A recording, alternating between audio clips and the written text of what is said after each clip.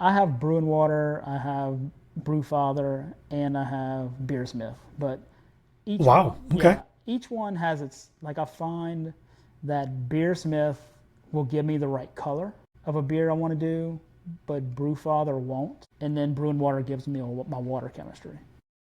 For the most part, I use the same. If I'm brewing a 5 gallon batch of beer and it's 10 gallons of distilled water, I use 6.3 of one, 2.8 of the other, and I use 6 of the acid. And I just know that in my head that's what it is. But when I do a stout, whenever I do a stout, I add no salts to it at all. Okay. My pH is at 5.5 every single time. There you go. Because I use a lot of times when I do stouts, I use pale pale chocolate malt because it doesn't quite give you the bitterness, and I use chocolate wheat, Okay. so That's it a good combination. doesn't really put you over the pH level. It kind of just Right. so I could be completely wrong on how that's being done, but No, that yeah, sounds fine to me. yeah, Like I can't. You may have heard me brought this up before, but like if anybody uses the black prints or pence, however you want to say it, in their stouts or any dark beers, like I can taste it and I don't like it. Has a really weird astringent flavor that just sticks to my tongue and I can't get rid of it for like quite a while. I have to drink quite a bit of water just to wash it away. And the only reason why I learned that because I made a stout with it because it was like one of those recipes and blah blah blah. I was like going, oh, I never tried that. Let me just buy. And it wasn't much. I think I bought like 8 ounces. Yeah, so like a half a pound. I think I'm going to use. I think it was under 2 ounces. And I was like, oh wow, this don't taste good. So I made that stout again without that, and it tasted totally fine. So it's got to be that. And every time someone uses it, and I ask them, do you have this in there? They're like, yes. I'm like, oh, I can taste this. I'm not a fan. I did want to bring up Brewfather for just a second. I think it's just my personal pet peeve. I've noticed the more I've used it. Sometimes when I buy malt and I go look for it, it's not always in the list of malts available.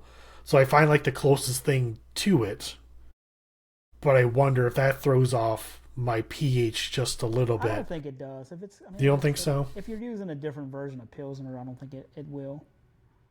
You So I know, do have a pH meter I don't use as much as I probably should, but I feel like Brewfather is fairly close enough, yeah, like I've yeah. noticed. But people hopper at me about I should use it anyways. But I mean, I get. I mean, I bought it, so I might as well use it. So a lot of times yeah, I'll get it. I don't know. It's just kind of a fail safe, I guess. Now it's like, let me just double check this.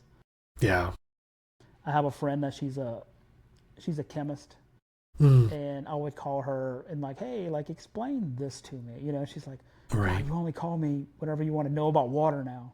Yes, I do.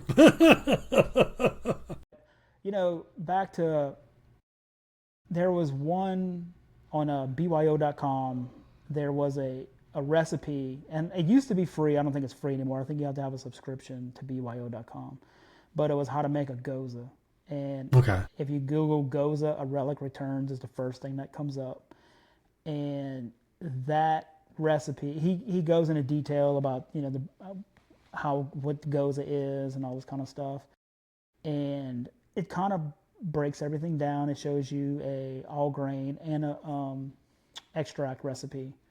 And that article, for some reason, like I started basing all my recipes off of that because I was like the first beer ever made that came out really well. And I was like, this is okay. I understand how to build a recipe now. And I was like, I guess that'd be my advice. Is like, and kind of with the goes, I wasn't doing any water chemistry at all.